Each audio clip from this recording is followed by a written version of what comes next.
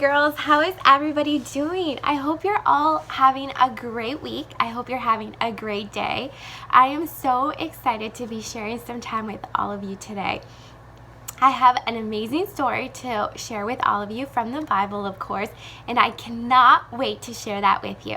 But before we do that, I was hoping that some of you were able to show me some of your creations that I was able to share with all of you last week.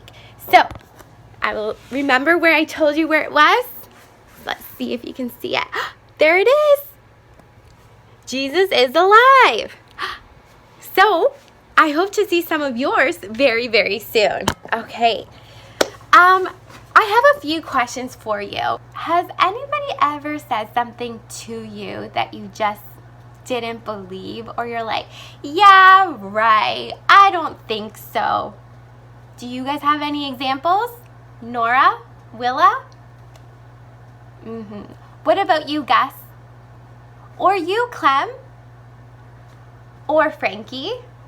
Do any of you have examples of a story that somebody told you and you just said, yeah, right, okay, wow.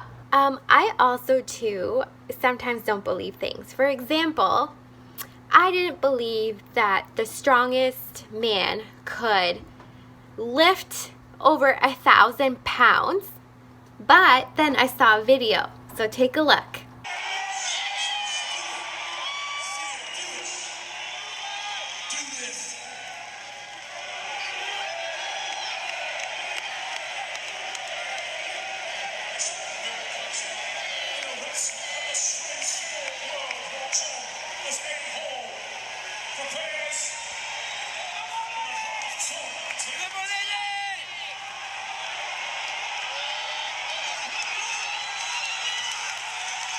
Or another time when somebody told me that this person ate over 70 hot dogs in 10 minutes. I was like, yeah, right, that is not possible. And then I saw a video. Take a look. The countdown has begun. Once again, it's become old hand. It's become commonplace here in Coney Island. Nathan's Famous owns July 4th. Joey Chestnut owns America. A legend already. The legend continues. This story that I'm about to share with you is an example of somebody who didn't believe. Can you guess who he was? Well, this story is from the Bible, and it happens to be one of the disciples who didn't believe. All right, so what I want you to do is find a spot in your room, sit down, get comfy if you'd like, and put on your listening ears, because I think you're going to enjoy this story. Did you find a cozy spot? I hope you did, because we are going to begin. So the story that I'm about to share with you is from the Bible, and the book exactly is John chapter 20, and the verses are 24 to 29. Thomas was one of the 12 disciples. Thomas and the rest of the disciples followed Jesus. They walked with him, saw his miracles. That's pretty cool. After Jesus died and rose again, he went to see his disciples that he was alive, but Thomas wasn't there, and he doubted their story. They told him, I have seen the Lord. But he replied, I don't believe it unless I see his nail wounds in his hands, put my fingers in them, and place my hands on the wound on his side. 8 days later, the disciples were together again, and this time Thomas was with them. The door was locked, but suddenly, as before, Jesus was standing among them. Peace be with you, he said. He said then to Thomas, put your finger here and look at my hands. Put your hand into the wound in my side. Don't be faithless, any longer. Believe. Wow, what an amazing story about doubt and then belief. Oh my goodness, there's just so many things that I could talk about in that story. So right now, what we're going to do is we're going to do a craft.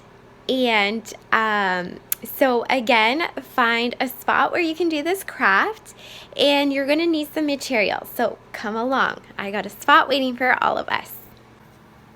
You are going to need a paper plate, some colored tissues. So I have yellow and pink. A cutout of Jesus. A cutout of Thomas. Your parents can either print these pictures off, or you can trace them, or you could do it by yourself and try to draw this, because creativity is very important. So what you're going to do is, with somebody's help, or if you're old enough, get some scissors, and you're going to cut a heart shape out of this plate, and then you're going to glue Jesus on here and Thomas, and then you're gonna add tissue papers around like this, just like that. You're gonna glue them around, and then you can color in Thomas and Jesus, and you can also color the plate. All right, and I will do mine and show you the finished product, but again, remember to use your creativity.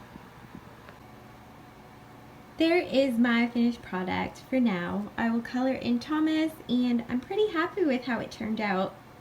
I hope I get to see yours.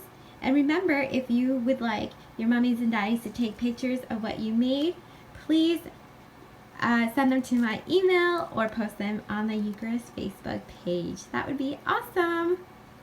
So I wanted to share a few things about the story about Thomas before our time together is over. I think something that I learned about the story of Thomas is that it's hard to believe in things that we don't see. And that's okay. Because even though Thomas didn't believe, Jesus still loved him so much that he went to Thomas and said, "Thomas, I am alive." And I think to myself, God, sometimes it's so hard for me to believe that things will be okay. But then I'm also reminded that behind the scenes, God is doing great things. When we see the least, and when we know the least, and understand the least, God does the most. And that's something that we all have to really have faith and believe. Just like the wind. Can you see the wind? No. But you know the wind is there when the trees are moving, and when the wind blows through your hair and your hair starts moving. You know the wind is there. Just how God is there with you. It's okay to be scared too. You know, there are times when you're scared and you go to your mommy or daddy and you're like, "I'm scared." And your mommy and daddy say, "Just stay with me." That's how God wants you to be. Sometimes when you're scared and you just don't believe that things will be okay, the best you can do is just stay with God. All right? That was our time together. I love you all so much, and I'm praying for you. Jesus loves me, this I know, for the Bible tells me so. Little ones to